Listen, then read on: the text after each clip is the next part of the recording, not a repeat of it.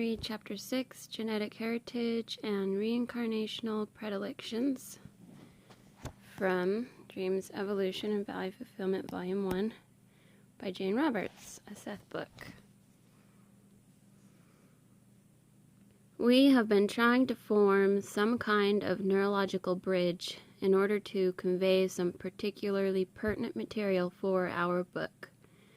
This is the cause of Rupert's sense of disorientation. He did pick up on our next chapter heading. I am trying to give him this other material at a different level. Then later it will indeed be translated into suitable English sentences. We are also dealing with probabilities, and the information has to do with those data you finally accept as physical experience, why you accept it, where it comes from, and where those events go that you do not experience. All of this is connected with the genetic information that any individual receives from the biological bank that belongs to the species at large, and from the inner reincarnational bank. We will see that Rupert receives the information that he needs at the necessary levels so that the material can be verbalized.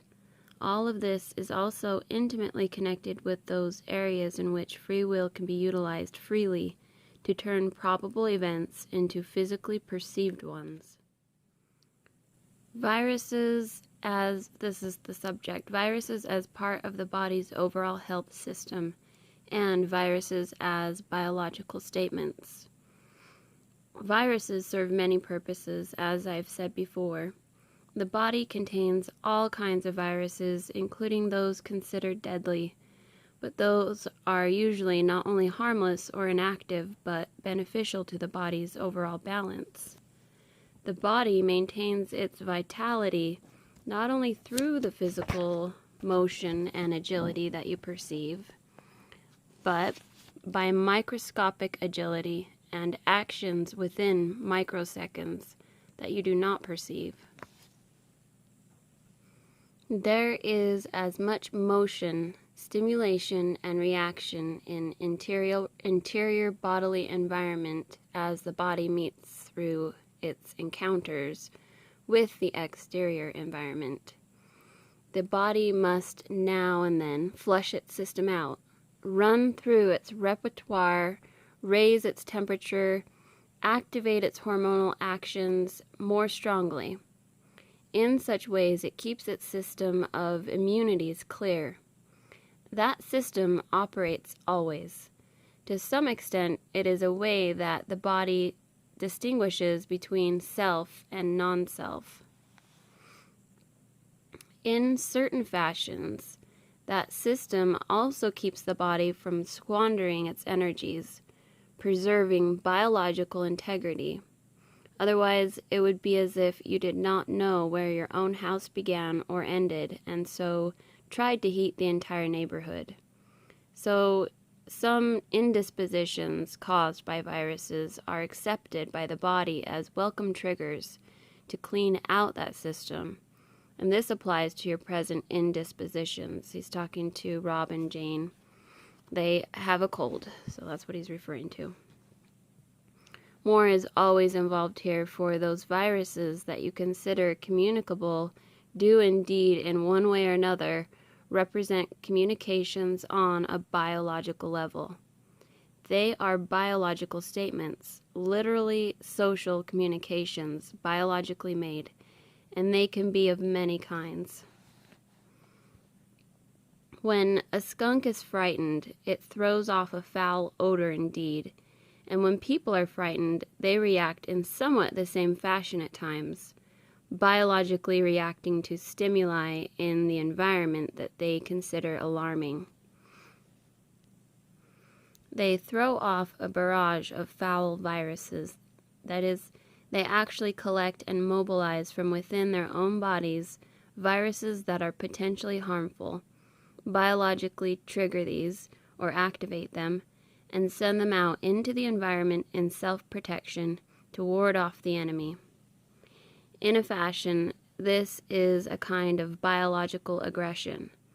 The viruses, however, also represent tensions that the person involved is getting rid of.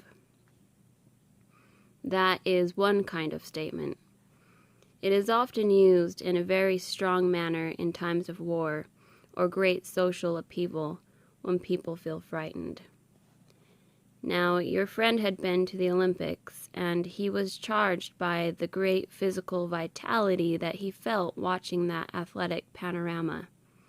Because of that, and for other personal reasons, he could find no release for the intense energy he felt. So he got rid of it, protected himself, and threw out his threatening biological posture, the viruses.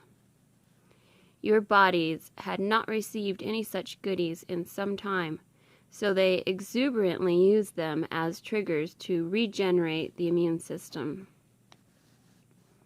Many people had such reactions as your friends coming from the Olympics, in that they did not know how to use and release their own energies, as if they themselves put in an inferior position in comparison to such achievements. Felt put in. There are all kinds of biological reactions between bodies that go unnoticed, and they are all basically of a social nature, dealing with biological communications. In a fashion, viruses, in a fashion again, are a way of dealing with or controlling the environment. These are natural interactions, and since you live in a world where overall people are healthy enough to contribute through labor, energy, and ideas, health is the dominating ingredient. But there are biological interactions between all physical bodies that are the basis for that health, and the mechanisms include the interactions of viruses and even the periods of indisposition that are not understood. All of this has to do with man's intent and his understanding. The same relationships, however, do not only exist between human bodies, of course, but between man and animals and the plants in the environment, and is part of the unending biological communication that overall produces the vitality of physical experience. Okay, he wants to add a note to Rupert on vitamins. Rupert is Jane. They are most effectively used for periods of 2 or 3 weeks, where they act as stimuli and reminders to the body. Then drop their use for 2 or 3 weeks so that the body then produces by itself those elements you have reminded it you want. Any steady use of vitamins is not to your overall benefit, for you give the body what it needs too easily, and its ability to produce such material on its own becomes sluggish. Alright, certain diseases are protections against other diseases, and the body on its own is its own excellent regulator.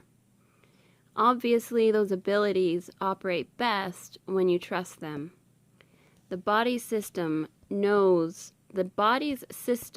know what diseases are in the air, so to speak, and will often set up countermeasures ahead of time, giving you what you experience as an indisposition of one kind or another, but an indisposition that is actually a statement of prevention against another condition. There is great traffic flow in a city.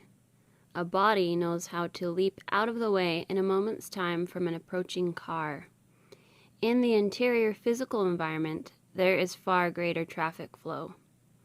There are decisions made in periods of time so brief you cannot imagine them, reactions that are almost over before they begin. Reactions so fast you cannot perceive them as the body responds to its inner reality and to all the stimuli from the exterior environment. The body is an open system. As solid as it seems to you, there are constant chemical reactions between it and the world, electromagnetic adjustments, alterations of balance, changes of relationships, alterations that occur between the body and its relationship with every other physical event, from the position of the planets and moon and the sun to the position of the smallest grain of sand to the tiniest microbe in anyone's intestine. All of those adjustments are made without your conscious notice and yet fit in with your overall purposes and intents. Alright, I hate to throw off the bookwork to go to notes, but this is important. I'm just going to tell you, Rob asked Seth about their cats and stuff that had died and their dog a while back, and in the 17th session, January 26, 1964, this is what Seth said, and Rob inserted it into his session notes. It says, this is what Seth said back then about the dying animals. The particular atmosphere surrounding your personalities just prior to the animals' deaths was destructive, short-circuited, and filled with inner panics. I do not want to hurt your feelings. That is, I am sorry to say, a natural occurrence on your plane. The fact is that the animals caught your emotional contagion and, according to their lesser abilities, translated it for themselves. The viruses and infections were of course present. They always are. They are themselves fragments, struggling small fragments without intention of harm. You have general immunity, believe it or not, to all such viruses and infections. Ideally, you can inhabit a plane with them without fear. It is only when you give tacit agreement that harm is inflicted upon you by these fragments. To some degree, lesser dependent lives, such as household pets, are dependent upon psychic strength. They have their own, it is true, but unknowingly you reinforce their energy and health. When your own personalities are more or less in balance, you have no trouble at all in looking out for these creatures, and actually reinforcing their existence with residues of your creative and sympathetic powers. In times of psychological stress or crisis, quite unwittingly, you withhold this strong reinforcement. In the cat's deaths, both cats inherited the particular illness, which was a virus that killed them. In the case of the first cat, you were able to reinforce its strength and maintain its health for quite a while, and then you needed your energies for yourselves. The second cat barely enjoyed such reinforcement at all and quickly succumbed. Your dog's illness was incipient. You could not have maintained his health for many long years in any case. I would like to make clear, of course, that animals certainly do have energy to maintain their own health, but this is strongly reinforced as a rule by the vitality of human beings to whom animals are emotionally attached. The fact is, you were not able to give your dog that added emotional vitality at a time when he needed it most. There is no need to blame yourselves, it was beyond your control. Animals, like people, sense when they are a burden, and the dog sensed that he was a burden, and also something of a nuisance. I would have preferred that you did not ask me this question, but since you did, and since you both loved the dog, it deserved an answer. Alright, moving on to the next session. He continues. Any real discussion of genetic heritage must also bring up questions involving free will and determinism, and to some extent those issues must also lead to questions concerning the nature of the reasoning mind itself.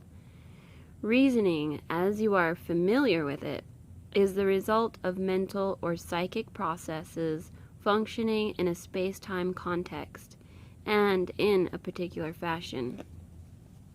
To some extent, then, reasoning, again, as you are familiar with it, is the result of a lack of available knowledge. You try to reason things out because the answer is not in front of you. If it were, you would know and hence have no need to question. The reasoning mind is a uniquely human and physical phenomenon. It depends upon conscious thinking, problem-solving methods, and it is a natural human blossoming, a spectacular mental development in its own framework of activity. Your technology is one of the results of that reasoning mind. That reasoning is necessary, however, because of the lack of a larger immediate field of knowledge. Thoughts are mental activity, scaled to time and space terms so that they are like mental edifices built to certain dimensions only. Your thoughts make you human. Other creatures have their own kinds of mental activity, however. They also have different kinds of immediate perceptions of reality. All species are united by their participation in emotional states, however. It is not just that all species of life have feeling, but that all participate in dimensions of emotional reality. It has been said that only men have a moral sense, that only men have free will, if indeed free will is possible at all. The word moral has endless connotations, of course, yet animals have their own morality, their own codes of honor, their own impeccable senses of balance with all other creatures. They have loving emotional relationships, complicated societies, and, in a certain sense at least, an important one. They also have their arts and sciences. But those arts and sciences are not based upon reasoning as you understand it.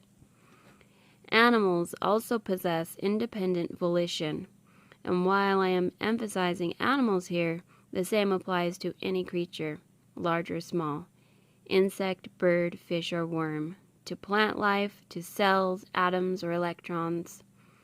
They possess free will in relationship to the conditions of their existence. The conditions of existence are largely determined by genetic structure. Free will must then, of course, function in accordance with genetic integrity.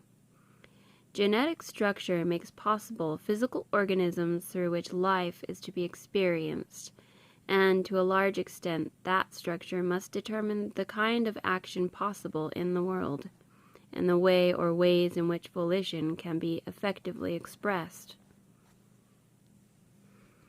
The beaver is not free to make a spider web. In human beings, the genetic structure largely determines physical characteristics such as height, color of eyes, color of hair, color of skin, and, of course, more importantly, the number of fingers and toes, and the other specific physical attributes of your specieshood. So physically, and on his physical attributes alone, a man cannot use his free will to fly like a bird, or to perform physical acts for which the human body is not equipped. The body is equipped to perform far better in a variety of ways than you give it credit for, however. But the fact remains that the genetic structure focuses volition. The genetic apparatus and the chromosomal messages actually contain far more information than is ever used. That genetic information can, for example, be put together in an infinite number of ways. The species cares for itself in the event of any possible circumstance, so that the genetic messages also carry an endless number of triggers that will change genetic combinations if this becomes necessary. Beyond that, however, genetic messages are coded in such a way that there is a constant give and take between those messages and the present experience of any given individual. That is, no genetic event is inevitable. Now, besides this physical genetic structure, there is an inner bank of psychic information that in your terms would contain the past history, the reincarnational history, of the individual. This provides an overall reservoir of psychic characteristics, leanings, abilities, knowledge that is as much a part of the individual's heritage as the genetic structure is a part of the physical heritage. A person of great intelligence may be born from a family of idiots, for example, because of that reincarnational structure. Musical ability may thus appear complete, with great technical faculty, regardless of family background, genetically speaking, and again, the reincarnational bank of characteristics accounts for such events. The inner reincarnational psychic structure is also responsible for triggering certain genetic messages while ignoring others, or for triggering certain combinations of genetic messages. In actuality, of course, say that I smiled, all time is simultaneous, and so all reincarnational lives occur at once. Perhaps an analogy will help. An actor, throwing himself or herself into a role, even momentarily lost in the part, is still alive and functioning as himself or herself in a context that is larger than the play. The character in the play is seemingly alive creatively for the play's duration, perception being limited to that framework, yet to play that role the actor draws upon the experience of his own life. He brings to bear his own understanding, compassion, artistry, and if he is a good actor, or if she is, then when the play is over, the actor is a better person for having played the role. Now, in the greater framework of reincarnational existences, you choose your roles or your lives, but the lines that you speak, the situations that you meet, are not predetermined.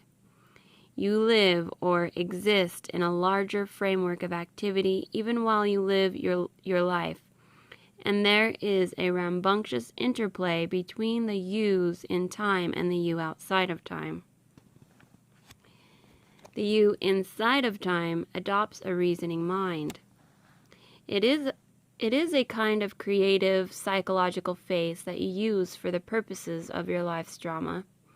This psychological face of our analogy has certain formal, ceremonial features, so that you mentally and psychologically tend to perceive only those data that are available within the play's formal structure.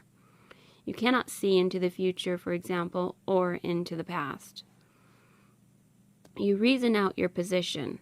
Otherwise, your free will would have no meaning in a physical framework, for the number of choices available would be so multitudinous that you would not make up your mind to act within time. With all the opportunities of creativity and with your own greater knowledge instantly available, you would be swamped by so many stimuli that you literally could not physically respond, and so your particular kind of civilization and science and art could not have been accomplished. And regardless of their flaws, they are magnificent accomplishments, unique products of the reasoning mind.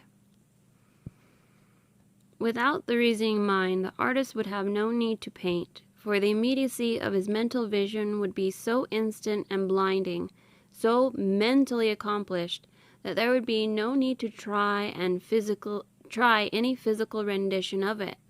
So nowhere do I ever mean to demean the qualities or excellence of the reasoning mind as you understand it.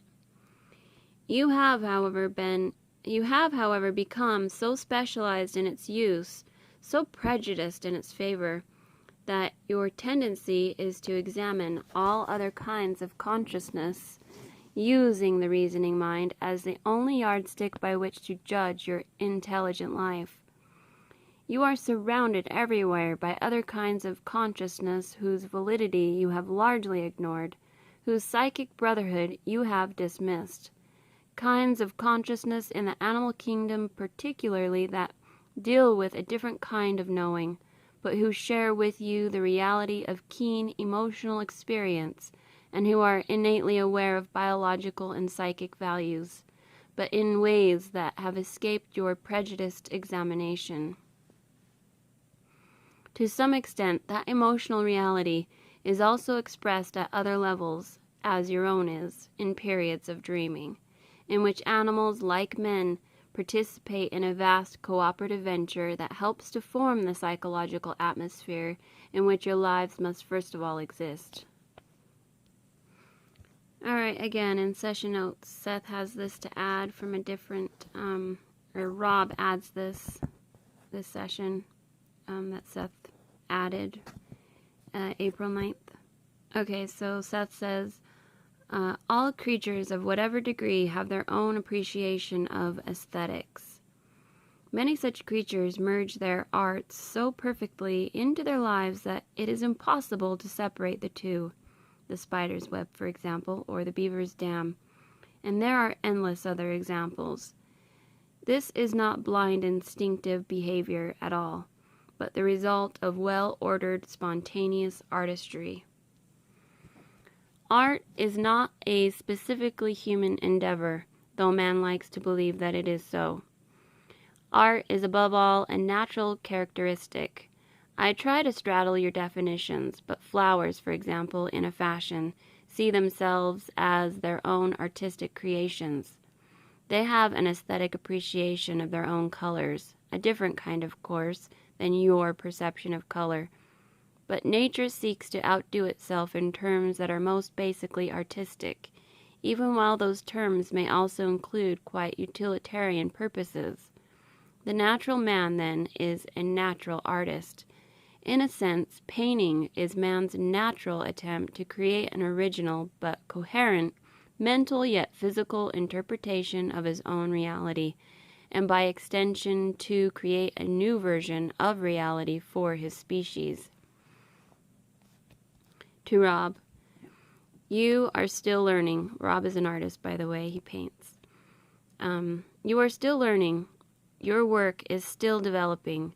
How truly unfortunate you would be if that were not the case. There is always a kind of artistic dissatisfaction that any true artist feels with work that is completed, for he is always aware of the tug and pull and the tension between the sensed ideal and its manifestation.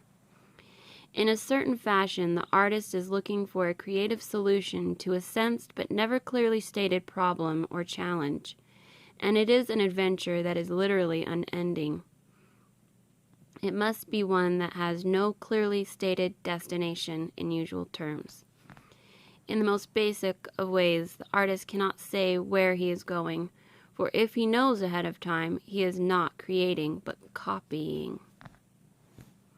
The true artist is involved with the inner workings of himself with the universe, a choice, I remind you, that he or she has made, and so often the artist does indeed forsake the recognized roads of recognition.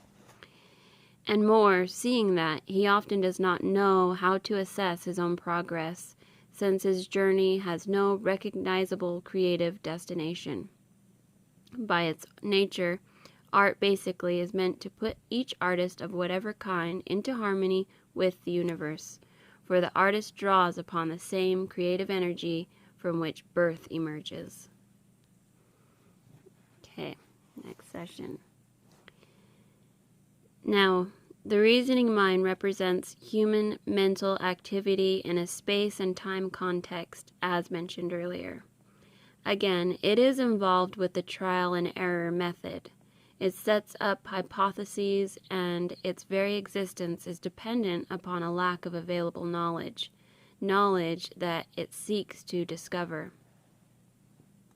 In the dreaming state, the characteristics of the reasoning mind become altered, and from a waking viewpoint, it might seem distorted in its activity. What actually happens, however, is that in the dreaming state, you are presented with certain kinds of immediate knowledge. It often appears out of context in usual terms.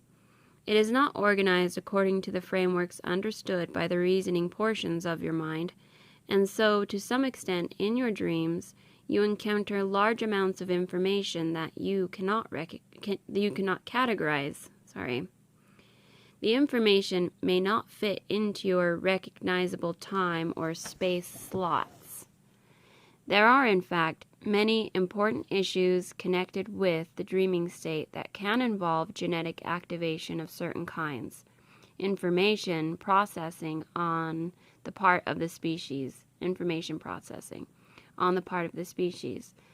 the insertion or reinsertion of civilizing elements, and all of these are also connected with the reincarnational aspects of dreaming. I have not touched upon some of these subjects before, since I wanted to present them in that larger context of man's origins and historic appearances as a species.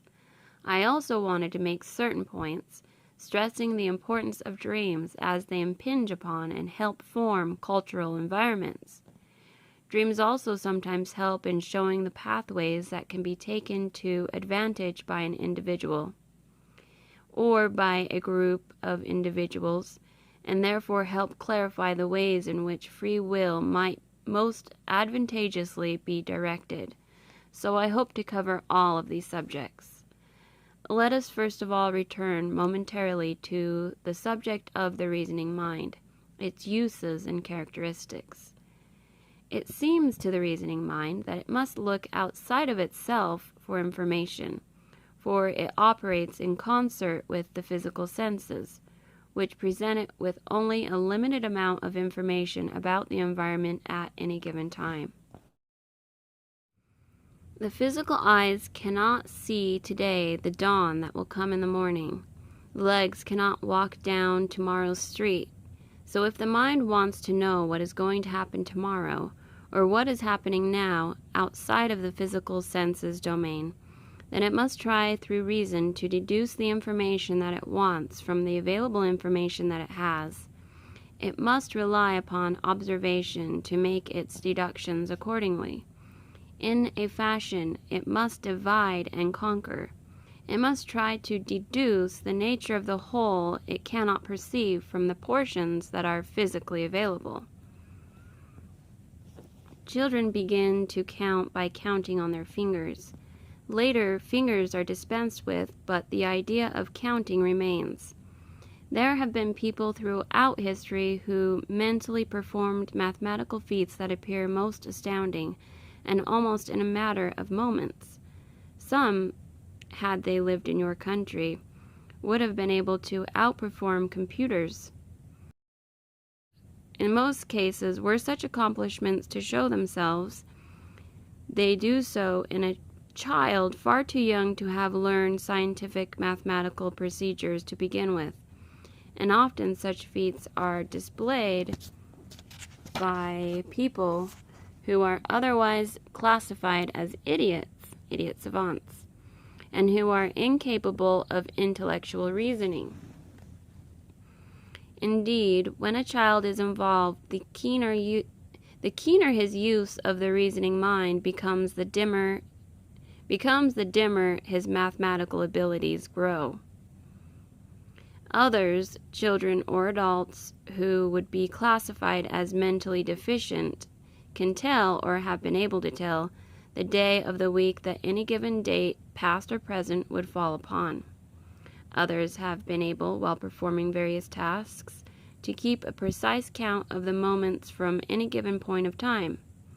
There have been children, again, with highly accomplished musical abilities and great faculty with music's technical aspects.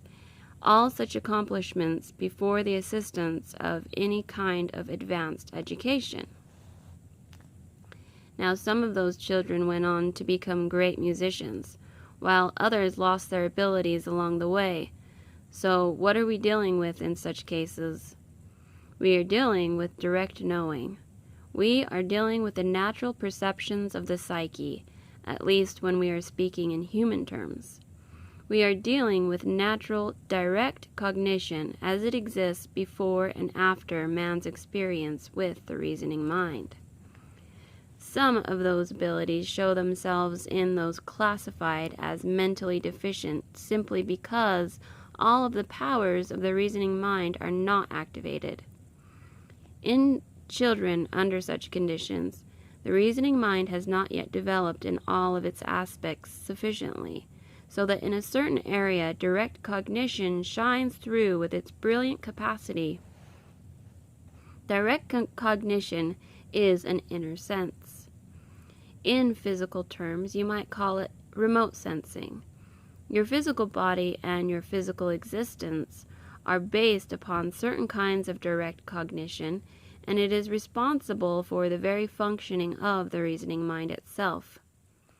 Scientists like to say that animals operate through simple instinctive behavior without will or volition. It is no accomplishment for a spider to make its web, a beaver its dam, a bird its nest, because, according to such reasoning, such creatures cannot perform otherwise. The spider must spin his web. If he chooses not to, he will not survive. But by the same reasoning, to which of course I do not subscribe, you should also add that man can take no credit either for his intellect, since man must think and cannot help doing so. Some pessimistic scientists would say, of course, for man and animal alike are driven by their instincts, and man's claim to free will is no more than an illusion. Man's reasoning mind, however, with its fascinating capacity for logic and deduction, and for observation, rests upon a direct cognition that powers his thoughts, that makes thinking itself possible. He thinks because he knows how to think by thinking, even though the true processes of thought are enigmas to the reasoning mind. In dreams, the reasoning mind loosens its hold upon perception. From your standpoint, you are almost faced with too much data. The reasoning mind attempts to catch what it can as it reassembles its abilities toward waking, but the net of its reasoning simply cannot hold that assemblage of information. Instead, it is processed at other levels of the psyche. Dreams also involve a kind of psychological perspective with which you have no physical equivalent, and therefore such issues are most difficult to discuss. The reasoning mind is highly necessary, effective, and suitable for physical existence, and for the utilization of free will, which is very dependent upon perception of clearly distinguishable actions. In the larger framework of existence, however, it is simply one of innumerable methods of organizing data, a psychological filing system, if you prefer. Your dreaming self possesses psychological dimensions that escape you, and they serve to connect genetic and reincarnational systems. You must again realize that the self you know is only a part of your larger identity, an identity that is also historically actualized in other times than your own. You must also understand that mental activity is of the utmost potency. You experience your dreams from your own perspective, as a rule. I am simply trying to give you a picture of one kind of dream occurrence, or to show you one picture of dream activity of which you are not usually aware. If you are having a dream as yourself from your own perspective, another reincarnational self may be having the same dream from its perspective, in which, of course, you play a minor role. In your dream, that reincarnational self may appear as a minor character, quite on the periphery of your attention, and if the dream were to include an idea, say, for a play or an invention, then that play or invention might appear as a physical event in both historic times, to whatever degree it would be possible for the two individuals living in time to interpret that information. But culture throughout the ages was spread by more than physical means. Abilities and inventions were not dependent upon human migrations, but these migrations themselves were the result of information given in dreams, telling tribes of men the directions in which better homelands could be found. Okay. Now, man's first encounter with physical reality in life is his experience with the state of his own consciousness. He is aware of a different kind of being. He encounters his consciousness first, and then he encounters the world. So I am saying, of course, that each person has an identity that is larger than the framework of consciousness with which you are usually familiar in life. When you are born, you understand that you have a new consciousness. You explore its ramifications. It is your primary evidence that you exist in flesh. Basically, each person must confront the experience of reality through a direct encounter with it. This encounter takes place through the use of the physical senses, of course, as they are used to perceive and interpret physical data. The very utilization of those senses, however, is dependent upon the nature of your consciousness itself, and that consciousness is aware of its power and action through the exercise of its own properties. Those properties are the faculties of the imagination, creativity, telepathy, clairvoyance, and dreaming, as well as the functions of logic and reason. You know that you dream. You know that you think. Those are direct experiences. Anytime you use instruments to probe into the nature of reality, you are looking at a kind of secondary evidence, no matter how excellent the instruments may be. The subjective evidence of dreaming, for example, is far more convincing and irrefutable than is the evidence for an expanding universe, black holes, or even atoms and molecules themselves. Although instruments can indeed be most advantageous in many ways, they still present you with secondary rather than primary tools of investigation, and they distort the nature of reality far more than the subjective attributes of thoughts, feelings, and intuitions do. The human consciousness has not, therefore, developed the best and most proper tool with which to examine the nature of reality. It is because you have used other methods that much evidence escapes you, evidence that would show that the physical universe exists in quite different terms than is supposed. You are taught not to trust your subjective experience, which means that you are told not to trust your initial and primary connection with reality. Evidence for reincarnation is quite available. There are enough instances of it, known and tabulated, to make an excellent case. And besides this, there is evidence that remains psychologically invisible in your private lives, because you have been taught not to concentrate in that direction. There is enough evidence to build an excellent case for life after death.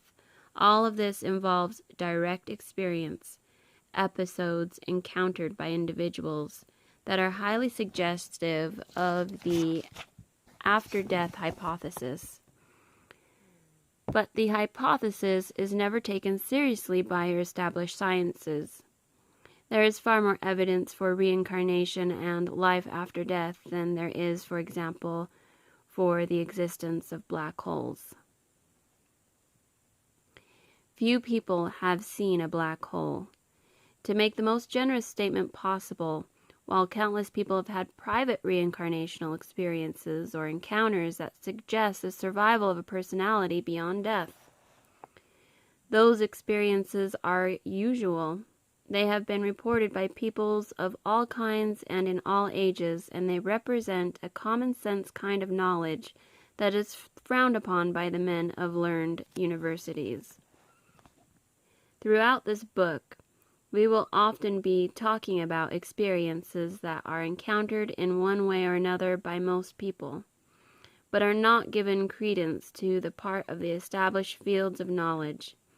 Therefore, dreams will be considered throughout the book in various capacities, as they are related through genetics, reincarnation, culture, and private life. We will also be considering the matter of free will and its role in individual value fulfillment. Alright, so that is the last chapter, end of our book, but there is a volume 2. And this shows you what is in volume 2.